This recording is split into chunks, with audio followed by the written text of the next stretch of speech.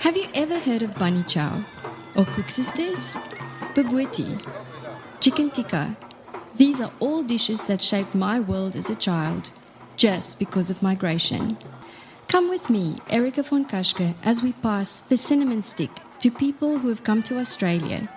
Listen to their migration stories, to what they bring to the land down under, and what they get from it. Welcome to the Cinnamon Stick. This is your host, Erica von Kashke, and it's my great pleasure to welcome Gemma Manning from Gemstar to the show. Thank you, Erica. Thank you for having me. It's a great pleasure to be here on your show. So Gemma, tell us a bit about yourself. This show is normally about people from migrant or refugee backgrounds, so we like to trace their steps to Perth. Were you born and bred in Perth, or how did you get to Perth? I hate to admit that no, I'm not from Perth, and I'm from the East Coast, which I know in my time of doing business in Perth, sometimes I don't know if that's a warm welcome or not when people find out I'm from Sydney. So I try to keep that a secret, but for the purpose of, being open and having all my cards on the table, I'm not from Perth. I grew up in Sydney, spent my childhood in Sydney, and as a child moved around. So we moved actually to Cairns, and I spent a fair few years living in Cairns, and then finished my high school years in, mainly my upbringing was on the East Coast. It's a very long story as to how I got to do business and start a business in Perth, but I'm very, very delighted to spend more time these days in Perth and have an actual business and a presence and a footprint in Western Australia. Well, what I found is like even if you move interstate, it's almost like being a migrant. So you'll be able to relate to lots of migrant stories. Yeah, and I guess with me living in Singapore, now, so that's where I reside, and I also did a stint in Japan when I was a little bit younger, so I think it's having experience living in different places is very enriching, and it kind of gives you a very good background and a different lens on things, I think. So yes, I guess at the moment I'm living yet again kind of a fair way away from Australia, being here in Singapore. Gemma, what has been the one thing in your journey or one piece of advice that has most shaped your life? It's hard to boil it down, to be honest, Erica, to one thing. There's probably a couple of things. I'd say what stands out the most for me would be being true to yourself and being authentic. And I think that has stood me very well in business. And when we teach entrepreneurship, we look at one of the key traits, if you like, or also a part of being a success as an entrepreneur is being true to yourself and being yourself, backing yourself, believing in yourself, and being totally authentic. And I think that has with me, my whole life's journey to get to this point. I think in business I have over the years kind of gone on at a different journey at different times, as sometimes I felt like I couldn't be myself and tried to be somebody else and realize that doesn't work either. So I think through my own learning, when I've tried to deviate or kind of take a different path because I've been worried about being authentic and being myself, especially as a woman in business, as a female business leader, I've come across my own fair share of different challenges along the way. And at times I've thought I've had to kind of balance my own style or change myself to fit in. And I think where I'm at the moment, I'm actually just embarking on a book. And I turned 40 last November. So I think, you get to a point where you do reflect on your journey and look at things. And I think the one thing that stands out for me is I've never tried to fit in. And when I have, it doesn't work. So by me just following my path is where I'm best placed, is just to keep kind of on my journey and on my path, and at the same time backing myself. I think with all of that comes a few other things that I think have shaped and shaped my journey, which I would say also not being shy of hard work, having a very strong hard work ethic is something I grew up around. I grew up in business, and it's always, success doesn't come overnight. And I think being able to roll up your sleeves and get in there and understand that it's a journey and you need to work hard for things that you want to achieve. Something else that I have kind of carry forward with me. Yeah, that sounds brilliant. And I guess with that take on life, it also eliminates this fear of competition. People always look out at competition because when you're on your own journey, you're less worried about what other people are doing. Yeah. That's what I found. So how did you say that you grew up in business? Like, is that how your journey on this entrepreneurship started? Not really, actually. I talk about my upbringing because I was around business as a very young girl. We ran a fish farm, and that's why we moved to Cairns with my family. So I, grew up around having a fish farm and understanding then what it was. We were supplying aquariums across Australia with fish. We then moved to Sydney and had an aquarium, and so a retail business. And I guess I saw the good, the bad, and the ugly. I saw what really business can be like. It can be incredibly hard, and it wasn't very nice. I guess what I kind of experienced in a way through seeing my own mother in business go through some real hardship and a really tough time. So I actually didn't want to go into business, to be honest. After experiencing that through my childhood and my teenage years, I didn't want my own business. I just wanted to work for somebody else and have a normal, what I called a normal life of being able to get a salary and have my annual leave and do it. Just not having the stress of our own business. How I came into this world was more, I did start out in it with corporate marketing, communications career. And then, so I still wasn't thinking my own business when I went on maternity leave to have my first daughter, who's now 13. Her name's Charlotte. She's very instrumental to my story because it was actually having Charlotte that made me go into business. When I came back from maternity leave in my role at the time, management had changed and they weren't very welcoming as a return to work mother. Having a fairly pressured corporate gig, it wasn't a very welcoming environment for me to continue on with flexible work arrangements. So I was kind of forced out, if you like, in kind of a roundabout way. So hence, that's how I started my business. Was I wasn't able to not work having my first daughter. So I've always worked.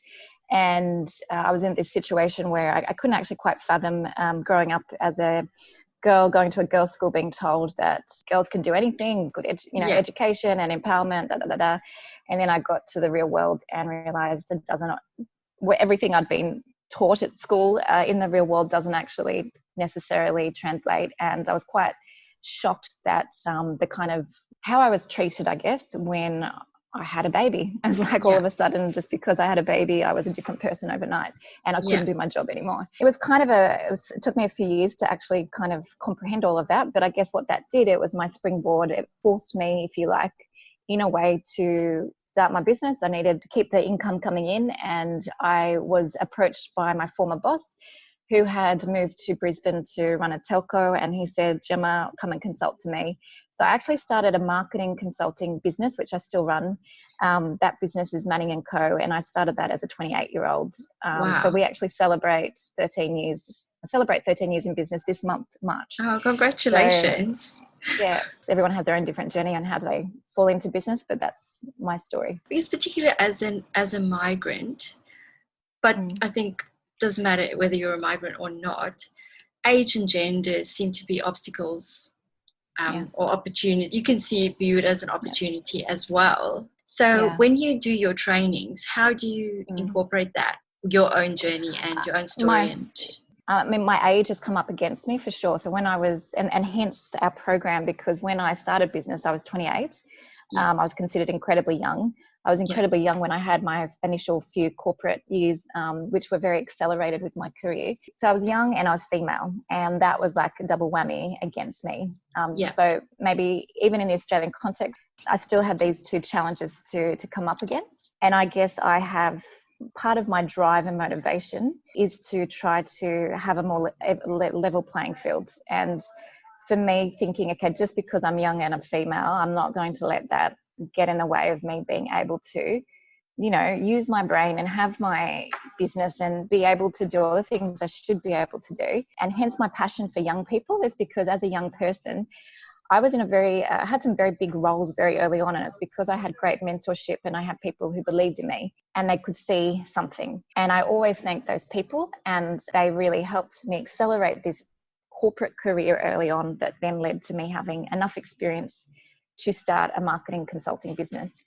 But I also had a lot of people saying, you're too young, you don't know what you're talking about, and, like a lot of naysayers. So I guess that kind of pulling you down, being knocked down because of certain age and, gender and all of that, that gave me the grit. And I think that is our key message in our entrepreneurs program, is that as an to run your own business, it's an incredibly rewarding thing. It's, absolutely empowered to create your own path and have that control of your own destiny, but it isn't for the faint-hearted, and it requires a grit. And I think when you've got that, when you have come up against some form of adversity, I've had a few different things happen in my life. That's probably where survival has kicked in, and that survival has helped me keep propelling myself forward in my business, because I have no option. I have to.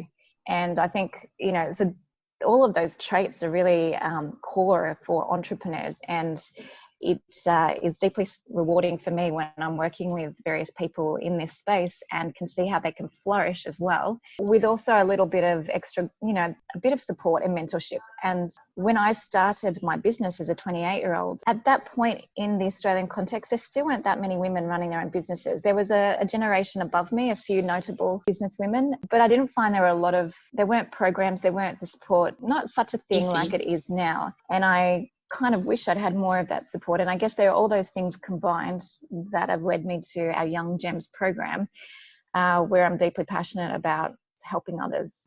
So can you tell our listeners in a nutshell, what is the YoungGems program? So the YoungGems program is really around real world entrepreneurship.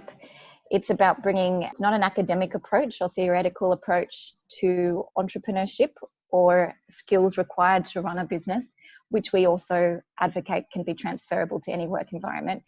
It comes from a real practical side of things where, entrepreneurship is spoken about a lot now. Again, It wasn't spoken about when I first started business. There's a lot of myths, I think, out there. There's a lot of hype. There's a lot of confusion around entrepreneurship and startups, and then tech startups. And if I don't have a tech startup business, I'm not going to be an entrepreneur. Like there's a lot of noise out there. We try to cut through that and really pare it back and look at, okay, what does it mean? What is entrepreneurship? What does it take to be an entrepreneur? And what are the skills that you need, the tools and skills to really be able to bring an idea to life? And we start with looking at the entrepreneur in you. And it's quite telling when you start to look at what's your own passion and purpose, and you start there. So we often get, 99%, 9 out of 10 businesses fail because they don't have an addressable market to start with, and they're being out-competed. That's two of the top 5 reasons why startups fail. And so when you kind of look at some of those reasons and then kind of take a step back from that as well and look at, okay, well, it's not just about having something that you think's got the right features and benefits, or that's a really cool idea and that's going to stick. There's a lot of other considerations, but you also need to understand what's your passion and purpose. Is you're going to be doing this, and you're going to understand to really love what you're doing, and then also understand that whatever you're going to be doing needs to have an addressable market. And then we go from there as to what problem are you solving, and is there that market, etc. So it's a fairly comprehensive yet practical view of entrepreneurship, and we find that there's skills that any business is looking for as well in their employees today. So all businesses need those entrepreneurial skills in their employees, because we're in such a different business world today with technology and disruption. You have to be agile, you have to be flexible, you have to think on your feet, you have to solve problems, you need to have analytical thinking, you need to also have resilience, you need to have all the soft skills attached. And a lot of that, our view is that entrepreneurship really kind of touches on a lot of those things. I guess our program it kind of comes in a few different variations, if you like. We have a diploma format. We have a short course, a boot camp. So we basically can look at it very comprehensively from the diploma format, and then kind of we distill it and pack it for certain different courses, short courses and programs.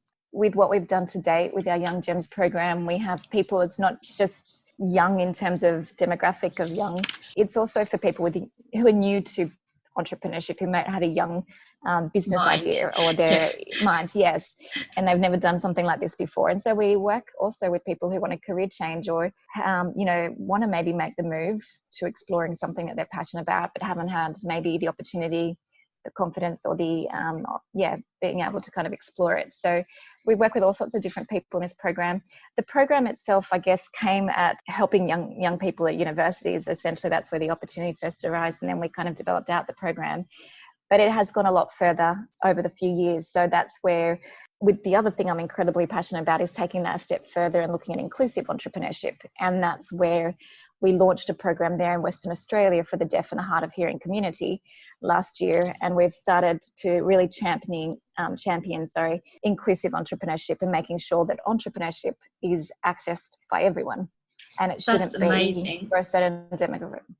Something you can get a sense of certain issues I'm incredibly passionate about, but this sense of inclusive entrepreneurship is what I pitched actually in an idea myself about 5 years ago. And we've been working as a business to try to get to a little bit closer around launching our social impact venture, which, not to confuse things, but has a different name. But basically, the philosophy behind that is to help young disadvantaged people really kind of become independent and holistic individuals through a powerful education program, and then looking at real life and closing the loop in terms of real life opportunities and access to opportunities for skills development, and really being able to nurture that into a working life. I had the opportunity to pitch this idea to Richard Branson, and over the years since that opportunity, we've been, as I said, working on it. So YoungGems was our first part of building out the education program. Originally, we were looking at education partners and various others as a way of doing it. But it just happened to be that we've managed to build the platform ourselves.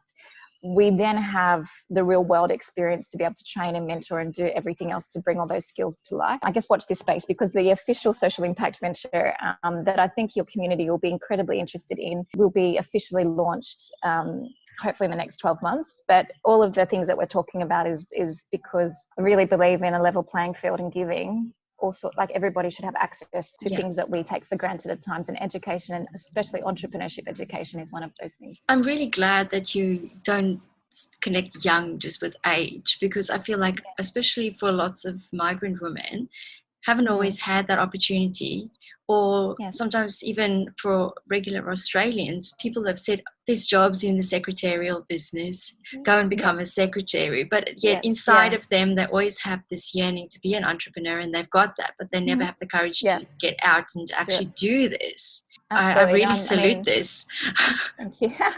Well, just to elaborate on that, I mean, I'm often very I'm very upfront with things that have happened to me, because again, I think it's part of the journey. But I've pretty much seen my mother through business, come to lose everything in life. And I think in Australia, I read a Smith report a few years ago, especially around women, and how we have women who come into life later where they may have been married, had been the mother at home, then have come into divorce or whatever later in life, and have almost borderline poverty because there's not the superannuation there's not the safety net. Their job was to be at home, and now they need to skill themselves up because they don't have that. And there's a lot of cases. So yes, it's not just for young people, it's for people of all ages, really. And I think that there's a real need at the moment in Australia, but elsewhere in the world as well, for this kind of program. What would success look like for you in terms of YoungGems? With YoungGems, we're really focused on furthering the work we're doing in Australia. I'm obviously coming to you today from Singapore, but definitely in Australia, we're so delighted with the success of our program with the deaf and hard of hearing community in Western Australia, and then about the program that we're about to kick off for the migrant community and refugee community there. I really would like to see our program continue across all of Australia in remote communities and everywhere, so that we are really touching a lot of people and bringing that opportunity to people. We need a lot of partners to do that as well. So, I think partnerships for us is key, and we've had some great partnerships in Western Australia particularly. So I'm just delighted of what we're achieving in WA first, and hopefully take that across to Australia, rest of Australia.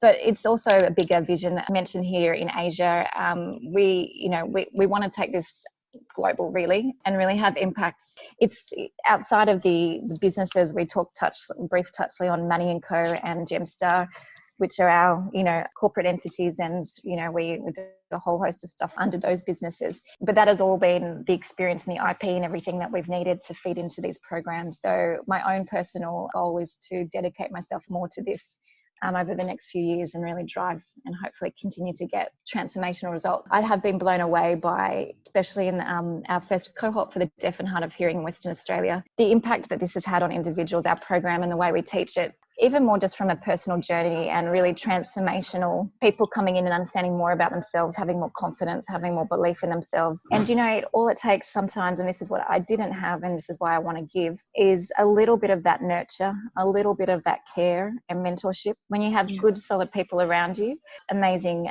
the impact of that in itself. And I've been blown away by some of the, our cohorts who have come to talk to me about how transformational this has been for their lives. And it is about shifting perceptions as well. My second oldest, a girl, has 40% blindness, so we're quite connected with visibility. In the past, people would only contain what a person with a disability can do to a certain thing, but actually, like, through your work, it opens up a whole new world. You're giving people hope that they can do whatever they feel passionate about. So. Absolutely. Yeah. And we need to do more of it and champion that more. And we've had conversations here in Singapore with the Singapore government around the exact same thing. I mean, here it's even a bit more full on, where people with disabilities, it's in Asia, you're not seen, because we're in discussion now about really around, we need to change that, and we need to change it quickly, and we need to change it at all different levels. And I think this program's got the power of at least having some positive contribution and impact. The program is very much, in the end, people have to pitch their idea to a business community. Yeah. Why is the pitching so important? Because in life, it all comes down to first impressions and, conveying very quickly your idea. So every day we're pitching without necessarily thinking about it, but even just going for job interviews or, meeting new people through a social networking group, without maybe being conscious of it, we are always pitching. In this case, to be able to take a business idea and pitch, we see, you've got to give a very fast, quick, favourable impression of what you want to do if you are to get partners on board or get people to get on board with your vision and purpose. We also teach, though, in that pitching, there's a formula and a methodology that we look at, but it's also important. Most people are, again, kind of investing in you as the founder of a business or as somebody who owns that business idea.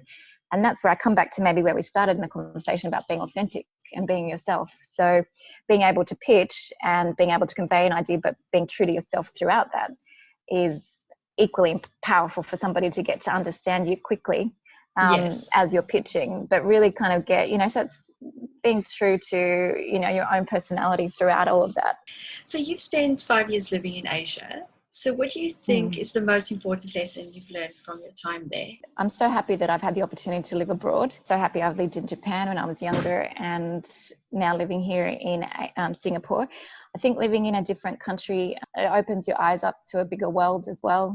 I mean, I have two daughters. I mentioned earlier, Charlotte, who I started the business around, and Amelie, who is 10, and seeing my girls have this experience of living in a different country. They're taught different things. It's far more of an international community. They're learning about different cultures. They've got friends from all around the world. It's incredibly enriching, and I can see that in their own growth and development. I've learnt, you respect others, you respect other cultures. It's not all about the country that we're from. There's so many other people in the world and different ways of doing things, different ways of doing business. Our way is not always the right way or the highway type thing. Yeah. And I think when you live abroad, you have more appreciation for that. So it's a growth opportunity, I guess. And so I think from here, I've definitely grown personally and professionally. But I feel that that's kind of enriching all at the same time. I normally end the podcast by asking two similar questions to everybody, but I've tweaked it a little bit because English is your first language.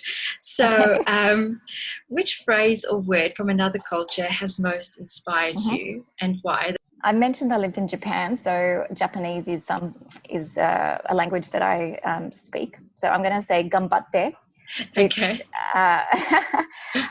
which actually means "go for it." And I think when I lived in Japan, everyone always said "gambatte, Gemma-chan," go for it. And it does kind of inspire me to kind of keep going and to keep going for it. And when times are tough, or when I sometimes really want to give in from on this journey of trying to achieve all these, drive the business, take the business internationally, do things that I'm told I can't do. I'm a female with 2 children. How can you possibly go and start your business in another country? All those kind of things. Gambatte, I come back to each and every time. Oh, that's excellent. So good. So which Australian word or phrase do you use as a guide for your life, or that inspires you? It's probably a similar word or concept to gambatte, but it's have a fair go. Again, it's around, I like the fact that in Australia we have that sense of let's give it a go and a fair go. I kind of, that's very important to me. I like to give people a go, and I think part of our YoungGems program, like I've hired people who have come through our YoungGems program who from different sectors, different backgrounds, might not necessarily be able to fit into a role that we have within our own business. I like to give people an opportunity and give a fair go And I think that when you're given an opportunity, if you've got the right mindset, why not, give it a go? And it's, you bring everything to that when you are given that go. But I think we should be all, giving people a fair go at things. Yeah, I love that. Like, as a migrant to Australia, I always felt like the nice thing about Australia is that people have grace for each other. There's space. Yeah. They allow space for you to grow and be who you are and, find your spot. Yeah. So it's really lovely. Well, thank you so much for coming onto the show. It's been amazing speaking to you. Thanks. You. No, it was lovely. Thank you for taking the time. So that's it for this installment of the Cinnamon Stick. Keep the flavor going until next time.